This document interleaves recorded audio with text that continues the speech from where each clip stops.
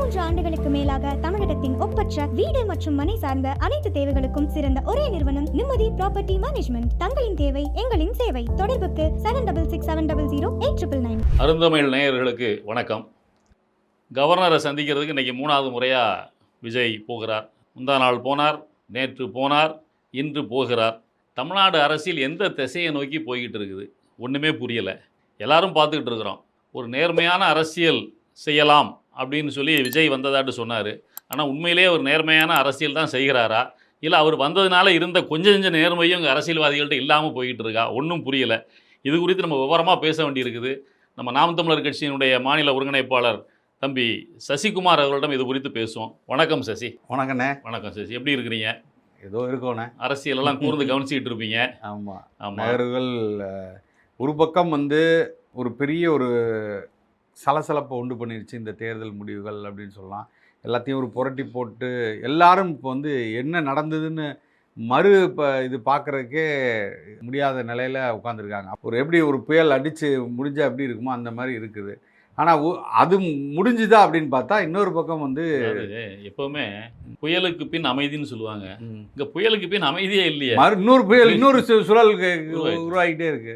திமுக ஒரு கூட்டணியாக நின்றது, அண்ணா திமுக ஒரு கூட்டணியாக நின்றது. நாங்கள் தான் பலம்னு இவங்க சொன்னாங்க, நாங்கள் தான் பலம்னாங்க. விஜய் வந்தார், இல்லைடா நீங்கள் யாருமே இல்லைடா, நீங்கள் பிஜேபியும் உதிரி கட்சிகளும் நான் எனக்கும் திமுகவுக்கும் தான் அங்கே போட்டியே அப்படின்னு சொல்லி 3வது கூட்டணியை ஒரு லிஸ்ட்லேயே வைக்காமல் தள்ளி விட்டார். ஆனால் ரிசல்ட் வந்த உடனே முதல்ல பார்த்தா யாரை எதிரி, யாரை என்னுடைய எதிரி கூட்டணின்னு சொல்லி சொன்னாரோ அந்த கூட்டணியில் அந்த கூட்டணிக்கு தலைமை தாங்கிற திமுகவை தவிர்த்து மற்ற எல்லார்கிட்டையும் போய் ஆதரவு கேட்குறாரு. இது என்ன மானங்கட்ட அரசியல்?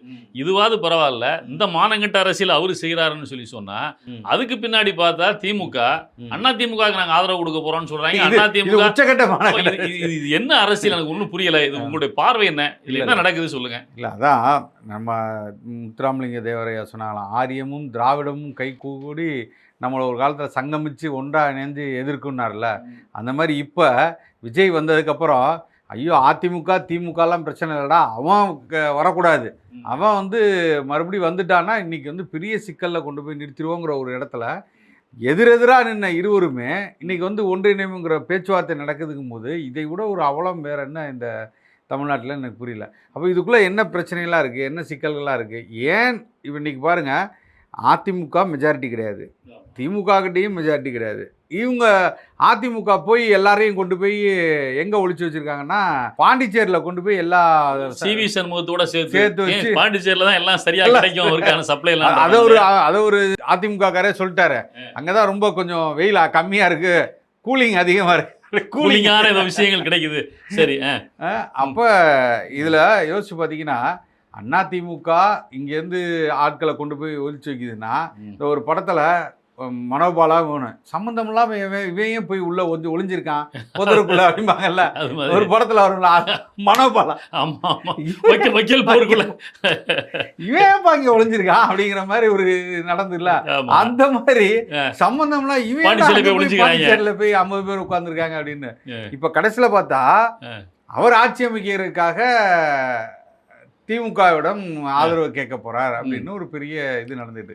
எனக்கு தெரிஞ்சு அப்படி ஒரு உண்மையிலேயே அவர் ஆட்சி அமைக்கிறதுக்கு ஆதரவு திமுக கேட்கறதுனால திமுக அவருடைய கட்சியினுடைய உறுப்பினர்களுக்கெல்லாம் நம்ம தலைமை எடுக்கிற முடிவு கட்டுப்படணும்னு சொல்கிறத பார்த்தா உண்மையிலேயே அவங்க கேட்டதுனால தானா, இல்லை உதயநிதி கதை ஏதோ ஒன்று சொல்கிறாங்களா, அது ஏதாவது இருக்குதா? இல்லை, முதல்ல திமுக வெளியில் அவர் ரொம்ப நல்லவமாக கடிக்கிறார்.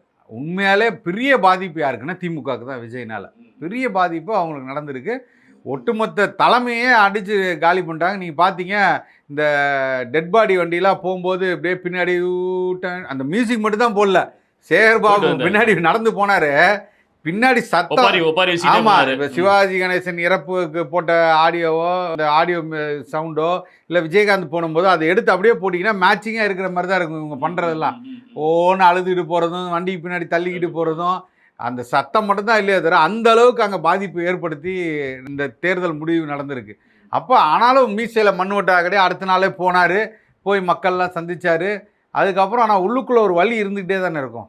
அப்போ தன் பிள்ளையை அடுத்த முறை எப்படியாவது அவரை வந்து ஆட்சி கட்டில் அமர வைக்க வேண்டும்ங்கிறது தான் ஸ்டாலினோட முதன்மையான எண்ணமே. அதனால தான் வேகமாக அந்த கட்சிக்குள்ளே இந்த நகர்வுகளை நடத்தினார். பல அமைச்சர்கள் மூத்தவர்கள் இருந்த போதும் கூட தன் மகனை இந்த அரியணையில் அடுத்ததாக வைக்க வேண்டும் ஒரு கனவோடு இருந்தார். அந்த கனவுல பெரிய ஒரு ஓட்டையை போட்டது விஜய். அப்படி இருக்கும்போது எப்படி வந்து வெளியில் வந்து நான் வந்து இவர்கள் ஆட்சி அமைக்கிறதுக்கு எந்த கேடும் பண்ண மாட்டேன் அப்படின்னா பண்ணுங்கன்னு அர்த்தம்.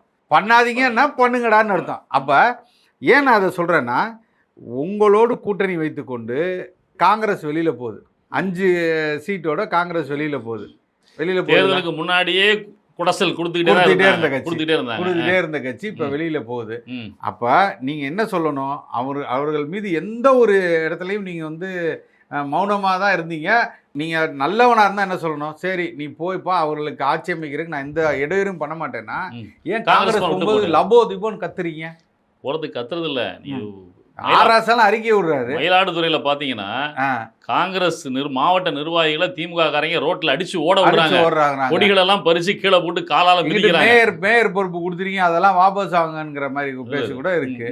இப்படி ஒவ்வொரு இடத்துலயும் இவ்வளவு சிக்கல்களை ஏற்படுத்திக்கிட்டு பின்னாடி இருந்துக்கிட்டு ஏன் நீங்க கம்யூனிஸ்ட் சொல்லலாம், விடுதலை சிறுத்தை சொல்லலாம், வெளிப்படையா சொல்லலாம்ல. நீங்கள் வந்து எனக்கு ஒரு பிரச்சனை இல்லை, நீங்க ஏன் பயப்படுறாங்க? அப்ப என்னன்னா, இப்போ ஒரு செக் வைக்கிறாங்க. காங்கிரஸ் வெளில போனோன்னே என்ன பாதிப்பு இங்கே நடக்குதோ அது உங்கள் எல்லாத்துக்கும் நடக்குங்கிறதுக்கு தான் இவங்க தொடர்ச்சியாக இந்த இதை காங்கிரஸை திட்டுறது காரணம். என் கூட இருந்த துரோகம் பண்ணிட்டேன், அது பண்ணிட்டேன், இது பண்ணிட்டேன், இத்தனை நாள் நாங்கள் வந்து உனக்கு அது செஞ்சோம் இது செஞ்சோம், எவ்வளோ பிரச்சனைலாம் இருக்கும்போது உங்கள் கூட நின்னோம் அப்படிங்கிறது. இதுக்கு முன்னாடி பண்ணதே இல்லையா? இதுக்கு முன்னாடி நீங்கள் வெளியில் வரலையா காங்கிரஸ்லேருந்து? இந்த வரலாறு ஏற்கனவே நீங்கள் பாஜகவோட போனேன். நாம் சொன்னோம், எல்லாத்தையும் நம்ம சொன்னோம். நாம் தமிழர் கட்சி ஒன்று தான் இன்றைக்கும் தனித்து நிற்குது. எந்த இடத்துலையும் நாங்கள் தோக்குறோம் ஜெயிக்கிறோம் அதெல்லாம் இல்லாமல் ஒரு கொள்கை ரீதியாக மக்களை சந்தித்து கொண்டு அவர்களிடம் நேர்மையாக வாக்குகளை வாங்கி கொண்டிருக்கிறது நாம் தமிழர் கட்சி தான். இவர்கள் பாருங்கள், எவ்வளோ பெரிய சரிவுகள் வந்ததுக்கு அப்புறமும் தனியாக தான் நிற்போம், 31 நம்ம தனியாக தான்டா நிற்போம்னு சொல்கிற அளவுக்கான ஒரு நெஞ்சுரம் அவருக்கு இருக்குது. ஆனால் ஒரு சின்ன சரிவுக்கே சொல்லுவாங்கல்ல, இந்த பத்திரிகைகளை படித்தா இந்த முறை தவறிய உறவுகள் குறித்த கதைகளை தான் பத்திரிகைகளை போட்டுட்டு வருவாங்க. அதே மாதிரி இது முறை தவறிய உறவுகளாக இருக்க திமுகவும் அண்ணா திமுகவும் கூட்டணின்ற அளவுக்கு பேசுகிற அளவுக்கு இருக்குன்னா அதனுடைய பின்னணி என்ன? நீங்கள் விடுதலை சிறுத்தை அவர் நினைக்கிறார் இந்த 2 எம்எல்ஏக்களை வைத்துக்கொண்டு தான் நினைத்ததெல்லாம் சாதித்து விடலாம் நினைக்கிறார். அவர் போகிறோன்னு அறிக்கை விடும்போது 2 பேரும் போவாங்களா போக மாட்டாங்களாங்கிறதே உறுதி கிடையாது. இப்போ இன்னைக்கு கொஞ்ச நேரத்துக்கு முன்னாடி தான் சிபிஐ வந்து ஆதரவு கடிதத்தை கொடுத்துட்டாங்கன்னு செய்தி வருது. சிபிஎம் டெல்லியில் அதனுடைய பொதுச்செயலாளர் பேபி வந்து ஆதரவு கொடுக்க போகிறோன்ற அளவுக்கு அறிவிப்பு வெளியிட்டார். ஆனால் விடுதலை சிறுத்தைகள் மட்டும் அமைதியாக இருப்பதனுடைய பின்னணி என்ன? இப்போ நீங்கள் சொல்கிறத பார்த்தா வேறு ஏதோ இருக்கிற மாதிரி இருக்க. ஆமாம்மா, நீ ஏற்கனவே விடுதலை சிறுத்தைக்குள்ளே பல பிரச்சனைகள் இருக்குது. தேர்தலை சந்திக்கும் போதே பல முரண்பாடுகளோடு பல பேர் திமுக இது பண்ணி நின்னாங்க. பல பேர் வந்து விஜய் அவர்களிடம் போக வேண்டும்னு ஏற்கனவே இருந்தது. பல பேர் விஜய் கட்சிக்கே போயிட்டான். விடுதலை சிறுத்தையோட முழுவதுமான வாக்குகளையும் சரி அங்குள்ள ஆட்களையும் எடுத்து போனது எல்லாரும் நம்புவாங்க, அது விஜயோட தான் சொல்கிறாங்க. அப்படி இருக்கும்போது இப்போ வன்னியரசு அவர்களோ இல்லை ஏற்கனவே ஆளூர் ஷானவாஸ் வந்து பெரிய அதிருப்தியில் இருக்கிறாரு. அவர் எப்போ வேணாலும் முடிவுகளை எடுக்கலாம், திமுகவுக்கு போகிறதுக்கான வாய்ப்பு இருக்கு. அவர் தேர்தலுக்கு முன்னாடி அவருடைய தொகுதி என்னன்றதையே திமுக நேரடியாக பேசி உறுதி செஞ்சிட்ட காரணத்தினால தான் இவர் சீட்டு கொடுக்காம விட்டு அவர் கேட்ட தொகுதியை தவிர்த்து இன்னொரு தொகுதியை வாங்கிட்டு வந்துட்டாரு அப்படின்ற தகவல்லாம் இருந்தது. ஆமாம், இப்போ அவர் ஒருவேளை நீங்கள் விடுதலை சிறுத்தை யோசிச்சு பாருங்க, அவர் என்ன வார்த்தை சொன்னார் முன்னாடி, ஆர்எஸ்எஸ்ஸின் குழந்தை தான் சீமான் அவர்களும் விஜய் அவர்களும். இன்னைக்கு அவர்கிட்ட போய் நிற்கிறாரு.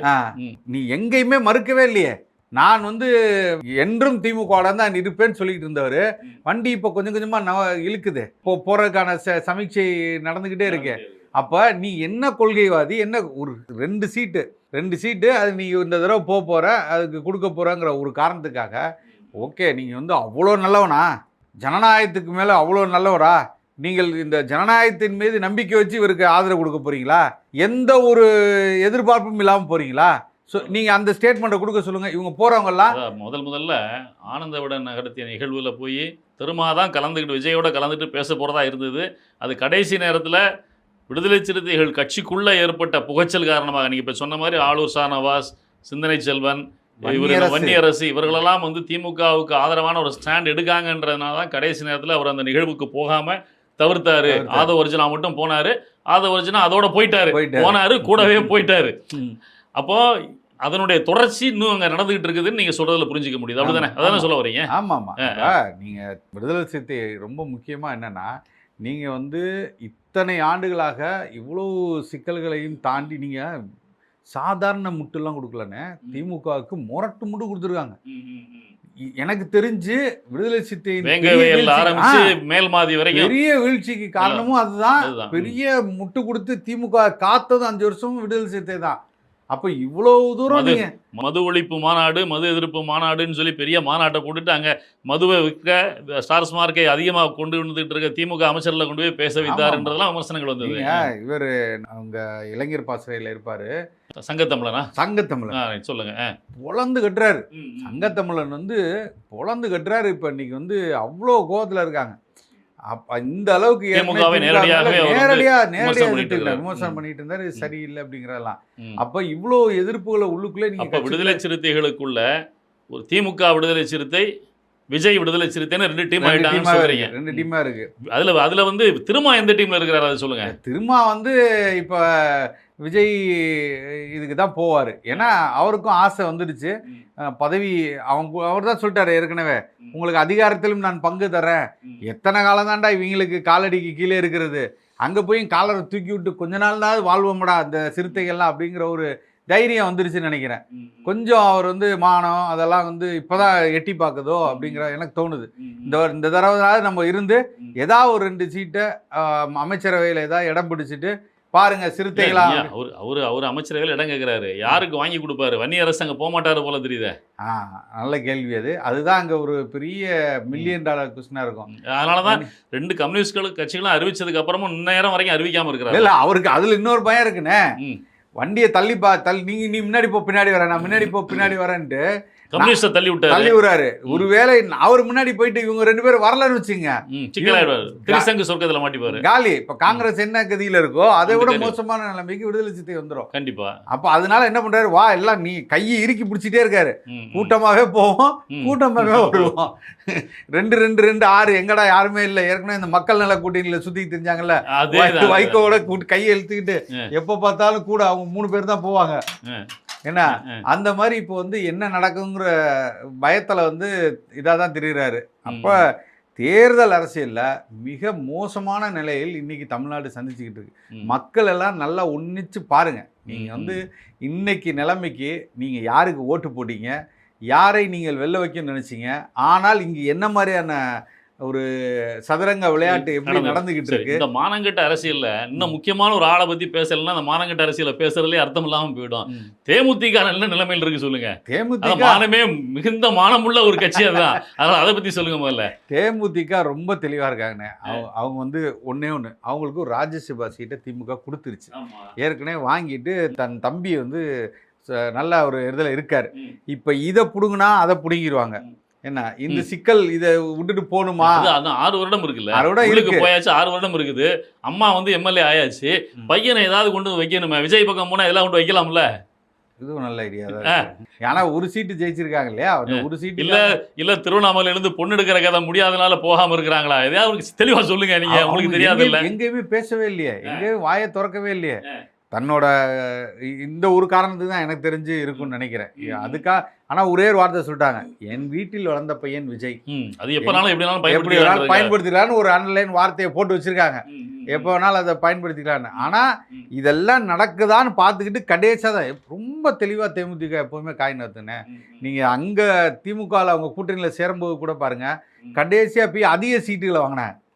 அப்போ இந்த தடவை கடைசியாக போய் பெரிய ஒரு இலாக்காவை வாங்குறதுக்கு தான் ஒரே ஆள் ஒத்தாள் சிக்கல் எல்லாம் முடிஞ்சிடும். அந்த ஒத்தாள் யாருப்பான்னு தேடிட்டு இருப்பாங்கல்ல, அப்போ வரண்டா அப்படிங்கிறதுக்காக இருக்கும் மேடையில் வடிவேலு காமெடி இருக்குல்ல, இருக்கும் மேடையில் இருந்து கொண்டே இன்னொரு கட்சி ஆகுகின்ற ஒரே இது என்னுடைய தலைவனுக்கு உண்டுன்ற மாதிரி உட்கார்ந்த இடத்துல உட்கார்ந்து எதிர்கட்சிட்டையும் பேரம் பேசுற வலிமை வந்து தேமுதிக அக்கா பிரேமலதாவுக்கு மட்டும்தான் உண்டுன்றது உலகறிந்த விஷயம்.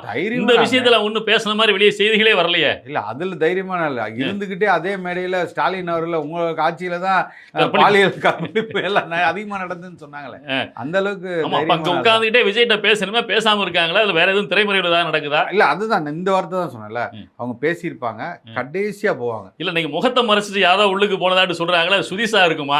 விஜய் வீட்டுக்குள்ள இன்னோவா கார்ல முகத்தை மறைத்தபடி ஒருத்தர் சென்றாருன்னு எல்லா டிவிலையும் ஓடிட்டு கிடக்குது.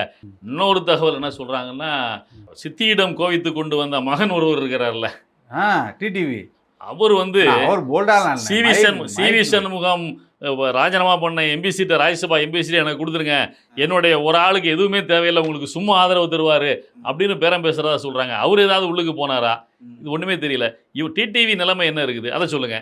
இல்லை, டிடிவியை பொறுத்த வரைக்கும் எனக்கு தெரிஞ்சு வெளிப்படையாக பேசுகிற ஆள் தான் இது வரைக்கும் நம்ம பார்த்துருக்கோம். அந்த அளவுக்கு திரைமறைவாக எதுவும் பேசி அந்த மாதிரிலாம் பார்த்தது இல்லை. நம்ம போல்டாக நேரடியாக வந்து ஆமாம் அவருக்கு ஆதரவு கொடுக்குறேன்னா கொடுக்குற ஆளாக தான் இது வரைக்கும் அவர் தன்னை காட்டியிருக்கார். பெரிய அளவில் பின்னாடி சரியா பேசுறாரோ தப்பா பேசுறாரோ, நாலு மூலம் கயிறு தாங்கணும் பேசுவாரு, அந்த கயிறை நான் கழட்டி வச்சுட்டு அந்த பக்கம் போய்க்கிறேன் அப்படின்னு பேசுவாருன்னு வச்சுக்கோங்க. எடப்பாடி இன்னைக்கு அப்படி இப்படிம்பாரு, நாளைக்கு நான் சொன்னேன் எங்கள் குடும்பத்துக்குள்ள பிரச்சனை அப்படின்னு பேசிட்டு போயிட்டே இருக்கிறாள். இன்னொரு முக்கியமான ஆளை பத்தி பேசலாம், அந்த மானங்கட்ட அரசியலுக்கு இந்த மானங்கட்ட அரசியல் முழுமை பெறாது.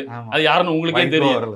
ஐயோ, அது ரொம்ப மானங்கட்ட ஆளுன்னு வச்சுக்கோங்க. இன்னொருத்தர் இருக்கிறார்ல, சின்னையா, அவர் என்ன அமைதியா இருக்கிறாரு, 4 பேரை கையில வச்சுக்கிட்டு இருக்கிறாரு. 5 பேரா 4 பேர்? ஆமா, 5 பேர். பாஜகவுக்காக அவர் காத்திருக்கிறார். சரி, முழுக்க அவரோட கேஸ் எல்லாம் அங்க இருக்குல்ல, அவரு உடனே டக்குன்னு தாண்டிட முடியாதுல்ல. இல்ல, அவரு பெரிய ஐயாட்டேந்து உடைச்சு கொண்டு வந்ததே பெரிய விஷயம் இல்ல. அப்ப திடீர்னு மந்திரி பதவினா உடனே ஓடிடுவார உள்ளுக்கு கொடுப்பாங்க. இவங்க மந்திரி பதவியில எங்க இருப்பாங்க, அவர் திகார்ல இருப்பாரு. அதனால அதெல்லாம் வருமா இல்லையா, ஜெண்டா மூஞ்சி கண்ணுக்கு வந்துட்டு போகுமா இல்லையா, வந்து போகும். ஆமா, அமித்ஷாவோட முகம் தெரியல, வந்து போவோம். ரொம்ப ரொம்ப பயங்கரமான கேம் விளையாட ஆரம்பிச்சிருவாங்க. அவங்க எல்லாரோட செக் பாயிண்ட் எல்லாம் வச்சிருக்காங்க. அதனாலதான் இவங்க எல்லாம் அமைதியா இருக்காங்க. இன்னைக்கு பாப்போம், இன்னைக்கு 3வது தடவை போயிருக்காரு. 3வது தடவையும் வந்தோடனே காஃபி கீப்பி கொடுத்து அனுப்புறாரா, போயிட்டு அடுத்த தடவை வாப்பா அப்படின்னு சொல்லி அனுப்புறாரா இல்லையான்னு பார்க்கலாம். ஆனால் இதுக்கு இடையில நம்ம இன்னொரு முக்கியமான டீமுக்குள்ள ஒரு வேலை நடந்துகிட்டு இருக்கு. அதிமுக என்ன நிலைமையில இது போயிட்டு இருக்கு அப்படிங்கிறதா, ஒருத்தர் போகணுங்கிறாரு போலாங்கிறாரு. இடையில இன்னொரு முக்கியமான மானங்கட்ட ஒருத்தரை பத்தி சொல்ல வந்தீங்கல்ல, வந்தோடனே எனக்கு இன்னொரு ஞாபகம் வந்தது. திமுகவும் அண்ணா திமுகவும் ஒருத்தர் சேர்ந்து ஆட்சி அமைக்க போறாங்கன்ற செய்திகள் வெளியே வந்துகிட்டு இருக்கும்போது, அண்ணன் சீமான வந்து எதிர்ப்பதற்காக வைகோ ஒன்று சொன்னார்ல, தமிழ் தேசியம்னு ஒன்று வந்துகிட்டு இருக்குது, நம்ம எல்லாத்தையும் மறந்துட்டு எல்லாரும் ஒன்னா கைகோர்த்து அழிக்கணும்னு. இந்த மாதிரி இவங்க எல்லாம் ஒன்னா கைகோர்த்து விஜய்க்கு எதிராட்டு போற சூழலை உருவாக்குறதான்ற ஒரு செயல் வந்தது இல்ல. இதை பத்தி சொல்லுங்க. வைகோனுடைய நிலைப்பாட்டை எப்படி விஜய் இவர் எடுத்தாரு, ஸ்டாலின் எடுக்கிறதுக்கு மேல் முயல்கிறார். அது அப்பையில இருந்து அதுதான், அதை வந்து நமக்கு முந்திக்கிட்டார் விஜய் தான் நினைக்கணும். நாம் செய்ய வேண்டிய முடிப்போன்னு நினைச்சுக்கிட்டு இருந்த இடத்துல விஜய் முன்னாடி வந்துட்டாருன்னு தான். இந்த சூழல் இந்த காலம் ஏற்கனவே வரும்னு அவங்க கணிச்சிருக்காங்க. அது உண்மை, அது நடந்துருக்கு. எதிராக ஏதோ திராவிடத்திற்கான இறுதி அத்தியாயம் தொடங்கி விட்டது அப்படிங்கிறது எல்லாத்துக்குமே தெரியும். அதனாலதான் அந்த வார்த்தையை அவர் ரொம்ப இதா இருந்தார். ஏன்னா அப்போ ரொம்ப வீரியமா இருந்தோம். நாம் தமிழர் கட்சி ரொம்ப வீரியமாக பலகட்ட இதில் நம்ம வந்து வேலைகள் நடந்து கொண்டு இருக்கு. வெல்வதற்கான எல்லா சாத்தியக்கூறுகளும் இருந்தது. அப்போ தான் திடீர்னு ஒருத்தர கமலஹாசன் உள்ளே கொண்டு வந்தால் இப்படி நடந்துகிட்டே இருந்தது. ஆனால் இந்த தடவை விஜய் அவர்களின் சுனாமியை அவங்க பெருசாக எதிர்பார்த்து வந்தவன தான் இது வெளியில் வருது, பூனைக்குட்டி வெளியில் வருது. அப்போ நம்மளாம் ஒன்றுமே கிடையாது, இன்னொருத்த அடிக்க வந்திருக்கான், அவன் இன்னும் மோசமான ஆளாக இருப்பான் போல. ஒட்டுமொத்தமாக நம்மளிடம் இருந்து எல்லா வாக்குகளையும் பறித்து விட்டு போயிட்டான். திராவிடமும் தெரியாது, தமிழ் தேசமும் தெரியாது, அவனுக்கு கருத்தும் கிடையாது, கோட்பாடு கிடையாது, கொள்கை கிடையாது. சண்டை தெரிஞ்சவங்கிட்ட நின்று சண்டை போடலாம், அடிப்பான் அப்படின்னு சொல்லி, இது ஒண்ணுமே தெரியாதவனா இருக்கடா, இவனை எப்படி எதிர்ப்பது, நம்ம வழியில எல்லாரும் ஒன்னா சேர்ந்தே ஆகணும். இல்ல, நம்ம இதை குறைத்து மதிப்பிடல, ஆனா யதார்த்தம் தான். போட்டவங்களுக்கும் எதுக்காக போட்டோன்னு தெரியல, ஏன் போட்டீங்கன்னா எனக்கு பிடிக்கும் போட்டோங்கிறாங்க. இல்லை அவர் வந்து கெட்டதை செஞ்சுட்டாரு, இவர் நல்லது செய்வார், எனக்கு பிடிச்சிருக்குங்க அவரை போட்டோங்கிறாங்க. இதுக்கு நம்ம எப்படி பதில் சொல்கிறதுன்னு எனக்கு தெரியலையே. அதை வந்து நான் வந்து வரவேற்கிறேன். இவ்வளோ பேர் நீங்கள் எதிர்பார்த்து போட்டிருக்கீங்க, சரி. ஆனால் ஒரு பக்கமாக கடைசி வரைக்கும் தேர்தல் நடக்கும், ஜனநாயகன் படம் வெளியே ரிலீஸ் ஆச்சு, அதுக்கு குரல் கொடுப்பார் நாங்கள் சுற்றி உள்ள எல்லாரும் குரல் கொடுத்தாங்க, அவர் ஐயா குரல் கொடுக்கல. இப்படி ஒவ்வொரு விஷயத்திலையும் குரல் கொடுக்கல. இன்னைக்கு அமைச்சரவை அமைப்பதற்கு கவர்னர் 3 வாட்டி 4 வாட்டி இழுத்தடிக்கிறாரு. ரொம்ப அசிங்கமாக இருக்குது. தேர்ந்தெடுக்கப்பட்ட ஒரு கட்சி 108 உறுப்பினர்கள் இருக்கிறாங்க, இன்னும் கூட 5 பேர் சேர்ந்து 112 போறாராம், போய் பாக்குறாரா, டக்குன்னு கால்குலேட்டர் எடுக்கிறாரா, 106 + 5 11 பாக்குறாரு, 111 இல்ல ரெண்டு பேருக்கு நடக்கிறதே அதான். இவ்வளவு தூரம் ஒரு அசிங்கப்படுத்ததுக்கு அப்புறம் இது வரைக்கும் தமிழக அரசியல் இப்படி நடந்ததே கிடையாது. கவர்னரை போய் ஒரு முறை பார்ப்பாங்க, மறுமுறை நடக்கும், இல்ல எதிர்த்து அறிக்கையாவது வெளியிடணும். இதுவரைக்கும் இன்னும் அமைதியா இருக்கிறாருன்னா, இவர் ஆட்சிக்கு வந்தாருன்னா இப்பவே PM ஸ்ரீ அதை கொண்டு வான்றாங்க. அண்ணே உதய் திட்டத்தில் ஏற்கனவே கையெழுத்து போட்டு வச்சு விட்டாங்க. இவங்க பல விஷயங்கள் தமிழருக்கான விஷயங்களை மத்திய அரசு பறிக்கிறதுக்கு போகுது. அந்த சமயத்தில் இவர் என்ன செய்வார்? இவர்கிட்ட என்னதான் எதிர்பார்க்கிறது? நீங்க என்ன, நான் வந்து முதல்ல கொஞ்சம் ஹிண்ட் கொடுத்துட்டேன். நீங்க அடுத்த லெவலுக்குலாம் போறீங்க. PM ஸ்ரீ இந்த திட்டம், அந்த உதய் மின் திட்டம், ஆனா அவங்களுக்கு அதெல்லாம் பத்தி கவலையே கிடையாதுண்ணே. எனக்கு வந்து இன்னைக்கு வந்து CSK மேட்ச், RCB CSKயோட மோதுது. நான் CSK சப்போர்ட்டரு. எனக்கு CSK வின் பண்ணணும். தோனி அங்க இருக்கிறாரு. இப்ப தோனி இல்லையா? இப்ப டோனி இல்ல, விஜய் இருக்கிறாரு. இந்த மேட்ச் இந்த டீம் ஜெயிக்கணும், ஜெயிக்க வச்சுட்டாங்க. இது கிரிக்கெட் மேட்ச் மாதிரி விஜய் டீமுக்கு ஸ்டாலின் டீமுக்கு மேட்ச் நடந்து விஜய் டீம் ஜெயிக்கணும். அவ்வளவுதான். நீங்க போயிட்டு உதய் மின் திட்டம், அந்த திட்டம், காஷ்மீர் பிரச்சனை, 356 ஆர்டிகல் 300 இதெல்லாம் பத்தி இதெல்லாம் எங்களுக்கு தேவையில்லை சார். எங்களுக்கு வந்து நாங்க இங்க ஜெயிக்கணும். டிவிகேவா டிஎம்கேவா? டிவிகே வந்துருச்சு, இவ்வளவுதான். அவர் இதை தாண்டி அதெல்லாம் முடிஞ்சு போச்சு. ஒரு நாள் கொண்டாடிட்டு வீட்டுக்கு போயிடுவோம். இதை பத்தி நீங்க அதெல்லாம் கவலையே கூடாது. அவர் பாக்கெட்ல இருக்கிற காசை எடுத்து எல்லாத்தையும் கொடுத்துருவாரு. மக்கள் எல்லாம் நம்பிட்டு இருக்கோம் நாங்க நல்லது செய்வாரு. அவர் என்ன பண்ணுவாருன்னா, காலையில நீங்க எதாவது கேட்டீங்கன்னா அவரு சம்பாதிச்சிருக்க காசுல இருந்து எடுத்து கொடுத்துட போறாரு. அவங்களுக்கு டீக்கு செலவு வேணுமா, சம்பளம் வேணுமா, எதை பற்றி 10 லட்சம் கோடி கடன் யார் இருக்கா? தமிழ்நாடு தான் இருக்கு. எங்க தலைவர் இல்லைல்ல, எங்க தலைவர் சம்பாதிச்சு வச்சிருக்காரு. அப்போ அவர் எல்லாத்தையும் செஞ்சிட போறாரு. சரி, ரைட்டு, எல்லாம் சரி. இந்த பாலிடாயல் கதையெல்லாம் இந்த எலெக்ஷன்ல ஒருத்தர் பேசினாரு. அவரு போய் நாங்க ஆட்சி அமைக்க போறோம்ன்றாரு. திமுக ஆதரவு இல்லாமல் அவர் எப்படி நாங்க ஆட்சி அமைக்க போறோம்னு சொல்ல முடியும்? எந்த அடிப்படையில் அவர் சொன்னாரு? அவருடைய கூத்து என்ன? இல்லை, இவருக்கு பாலிடா பிரச்சனை, அவருக்கு வேற பிரச்சனை. அவருக்கும் இப்போ வந்திருக்கிறவருக்கும் பழைய பிரச்சனை நிறைய இருக்கு. இப்போ இவர் ஆட்சிக்கு வந்துட்டாருன்னா அவரோட பழைய பிரச்சனை எல்லாம் இப்போ பழனிசாமி பிரச்சனையா இல்லை இப்போ வந்து தாவேகா தலைவர் பிரச்சனையானா? அவருக்கு முதன்மை பிரச்சனையா இப்போ இருக்குது தாவேகா தலைவர் பிரச்சனை. அப்போ எனக்கு இதை தீக்கணும். கட்சி ஆரம்பிச்சதே இதுக்காக தான் பல பேர் பேசிட்டு இருக்கிறதெல்லாம் இப்போ உண்மையாக தானே ஆகுது. உதயநிதிக்கும் அவருக்கும் ஏற்பட்ட தனிப்பட்ட மோதல் தான் அவர் கட்சி ஆரம்பிச்சதுன்னு சொல்றீங்க. பல பேர் நான் சொல்லலைண்ணே, நான் எதுவுமே சொல்லலை மக்களே, நான் எதுவுமே சொல்லலை. சொன்னதே இங்க பேசுறேன், அவ்வளவுதான். என்ன, எனக்கும் அதுக்கும் சம்பந்தம் இல்லை. கீழே வந்து டிஸ்க்ளைமர் போடுறீங்க. ஓட்ட நான் சொல்றேன், எடப்பாடி அவர்கள் இவரை பத்தி பேசுனதுக்கும் இவரை பத்தி பேசின அந்த பிரச்சனைக்கும் விஜய்க்கும் ஏற்கனவே ஒரு லிங்க் இருக்கு. இந்த பாலிடாயல் பிரச்சனையில இல்ல, அந்த பிரச்சனை தெரிஞ்ச எடப்பாடி எப்படி பாலிடாயல்டே போய் ஆதரவு கேட்கிறாருன்னு கேட்கிறேன் நான். இப்ப எதிரி நண்பன் தானே, அந்த கான்செப்ட் தான். என்னையும் சேர்த்து வச்சு முடிச்சுட்டான்டா, வாடா நம்ம அப்புறம் நம்ம பஞ்சாயத்தை பேசிக்குவோம், இவனை காலி பண்ணுவோம்டா அப்படிங்கிற இடத்துக்கு தான் இவங்க 2 பேரும் ஒன்னா சேர்றாங்க. இது வந்து ஒரு நீண்ட நாள் இதா இருக்கு அவங்களுக்குள்ள. அதை வந்து ஒரு தனிப்பட்ட பிரச்சனையை இன்னைக்கு வந்து ஒட்டுமொத்த அவங்க அப்பாலேருந்து எல்லாத்தையும் காலி பண்ணிட்டு ஒருத்தர் நிற்கிறான். எடப்பாடியே வந்து மனசு ரொம்ப வேதனைப்பட்டாராம். ஸ்டாலின் அவர்கள் வந்து தோத்து போகக்கூடாது அப்படின்னு. ஸோ அப்போ அந்த ஐடியா முதலே சொல்லியிருக்க வேண்டியதானே? அங்கே என்ன VS பாபு ஏதாவது காசு கொடுத்து கரெக்ட் பண்ணிட்டியா, நான் கரெக்ட் பண்ணுறேன், அதையும் சொல்லாமல் விட்டார் அவர் அங்கே கரெக்ட் பண்ணிட்டார் எடப்பாடியில். அந்த ஐடியா தெரிஞ்சு இவர்னா இங்கே பண்ணியிருக்கணும். இதை அவர் ரொம்ப அதீத இதுல இருந்துட்டாரு அங்க. ஆனா ரொம்ப தெளிவா எடப்பாடி வேலையை காமிச்சாருங்க. பண்ணிட்டு கிட்டத்தட்ட 60-70,000 வாக்குகளுக்கு மேல, கிட்டத்தட்ட 90,000 வாக்குகள் தமிழ்நாட்டுல வந்து அதிகமான முதன்மையான ஆளா ஜெயிச்சுட்டாரு. அந்த திறமை இவருக்கு இல்லாம போயிருச்சு. என்ன பண்றது? சரி, இப்போ இதுல CV சண்முகம், SP வேலுமணிலாம் என்ன கதை? இவங்க இங்கே நிப்பாருங்க இல்ல பின்னாடி இவங்க எல்லாரையும் அனுப்பிச்சு விட்டுட்டு அவர் ஆட்சி அமைச்சதுக்கு அப்புறம் அந்த பக்கம் ஒரு 10-15 பேர் வந்து சத்தியம் எல்லாமே மானங்கட்ட அரசியலுக்குள்ள வரதுனால கேட்குறேன். இல்லை, எல்லாம் போயிருக்காரு. எடப்பாடி போய் சந்திச்சிருக்காரு. எல்லாரும் சத்தியம் பண்ணுங்கன்னு இருக்காங்க. சத்தியம் பண்ணியிருக்காரு. ஆனால் கொஞ்சம் இப்படியே பார்த்தாரா, என்ன CV சினிமா கை ஒட்டலை அப்படின்னாரா, கொஞ்சம் இப்படிதான் இருந்துச்சு. சரி, அப்புறம் எங்கால் விஜயபாஸ்கர் அதுக்கும் கொஞ்சம் மேலே அப்படி வச்சிருந்தாராம். நான் போயிட்டு வரக்குள்ள பார்ப்பேன், எல்லாரும் உங்களை நம்பி தான் போறேன்னு போயிருக்காராம்.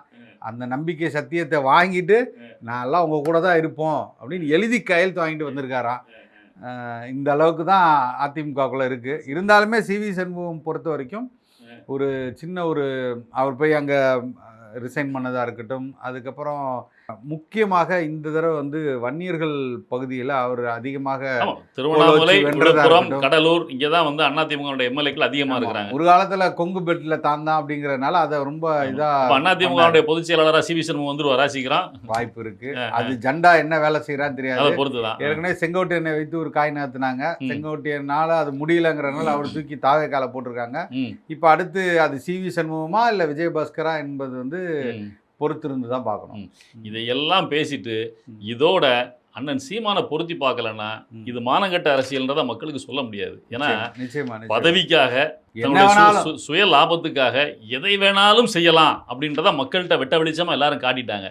ஆனால் இதோட 5 முறை தொடர்ந்து தோல்வியை தழுவியும் கூட தொடர்ந்து நான் தனியாக தான் இருப்பேன், கொள்கைக்காக தான் இருப்பேன்னு சொல்ற அண்ணன் சீமான் இருக்கார்ல, அவர் எந்த இடத்துல இருக்கிறாரு, அவருடைய வருங்கால திட்டம் என்னவா இருக்கும் அப்படின்றத குறித்து ஒரு சில கருத்துக்கள். இல்லை எத்தனையோ பிரச்சனைகளை எதிர்கொண்டோம், எத்தனையோ சவால்களை எதிர்கொண்டோம்.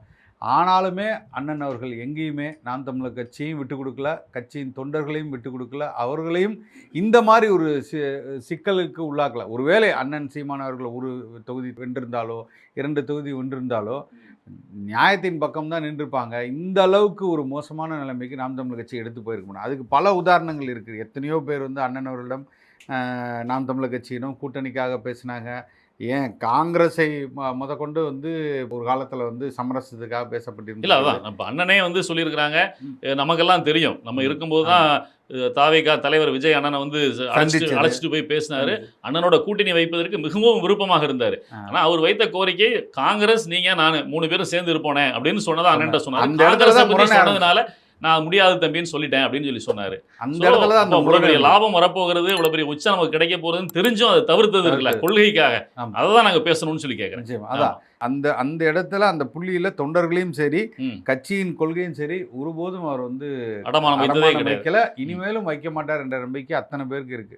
தோல்வியில் வந்து புதுசு இல்லை. நாம் தமிழர் கட்சி வந்து தொடர்ச்சியாக தோல்விகளை சந்திச்சிருந்தாலும் இந்த முறை எல்லோரும் போல நாம் தமிழர் கட்சிக்கும் ஒரு பின்னடைவு ஏற்பட்டிருக்கு, அது மாற்று கருத்து இல்லை. ஆனால் கொண்ட கொள்கையிலிருந்தும் உறுதித்தன்மையோட இன்னும் வேகமாக நாம் தமிழர் கட்சி எடுத்து போகும் தான். கண்டிப்பா இங்க நடக்கிற அந்த கூத்துக்களை எல்லாம் பாக்குற மக்கள் கண்டிப்பா அண்ணன் சீமான் அவர்களையும் மனசுல வச்சு பார்ப்பாங்க. ஒரு மாபெரும் தலைவனாக இவ்வளவு தோல்விக்கு அப்புறமும் இவ்வளவு தோல்விக்கு அப்புறம் உறுதியா நிக்கிறாரு.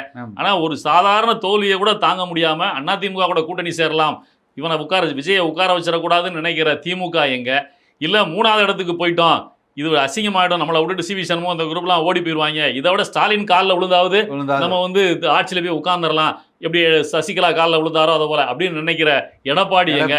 இதையெல்லாம் தாண்டி கூட்டணி கட்சிகள் எல்லாம் இங்க திமுகவோட கூத்தடிச்சுக்கிட்டு அங்க போய் சேரது என்ன? இதையெல்லாம் பார்க்கின்ற பொழுது சீமான் அவர்கள் இவளோட ஒப்பிடுகின்ற பொழுது எங்கேயோ உயர்ந்து நிற்கிறார். அதுல மாற்றுக்கிறது இல்லை. அது தமிழக மக்கள் தான் அதை புரிந்து கொள்ள வேண்டும். இல்ல, கூடிய விரைவில் மக்களுக்கு அது புரிய ஆரம்பிக்கும். தொடர்ச்சியாக நீங்க தேடுவீங்கல்ல. அண்ணன் அவர்கள் ஏற்கனவே சொன்னார், ஒரு நாள் வரும் இங்க வாழ முடியாத ஒரு நிலைமைக்கு நீங்க தள்ளுவீங்க, தேடுவாங்க. உறுதியாக என்னோட ஆதங்கம் என்னன்னா, இந்த முறை நான் அமைதியாக இதெல்லாம் வேடிக்கை பார்க்கணும். எந்த இடத்திலும் நம்ம எதிர்த்து பேசுறது யாரையும் பேசக்கூடாது, யாரையும் பேச மக்களா புரிவாங்க, புரிஞ்சுக்கிறதுக்கான ஒரு இடைவெளியை கொடுக்கணும். அவங்க புரிவதற்கான இடைவெளியை கொடுத்து நீங்கள் என்ன உண்மையாலே இது என்ன நடக்குது அப்படிங்கிற நாம் உற்று பார்க்கணுமே தவிர இவர்கள் போய் கருத்தை சொல்லி அவங்கள போய் பேசுகிறதோ இல்லாமல் நாம் இது எனக்கு தெரிஞ்சு இது கூடிய விரைவில் இது நடக்க ஆரம்பிக்க தான் தெரியுது. இந்த ஆட்சியாளர்கள் மீது நான் அவநம்பிக்கை வைக்கல. ஆனால் இந்த சமீட்சைகள் இந்த போகக்கூடிய சூழலுக்கு வந்து அதை நோக்கி தான் போகணும்னு இருக்கு.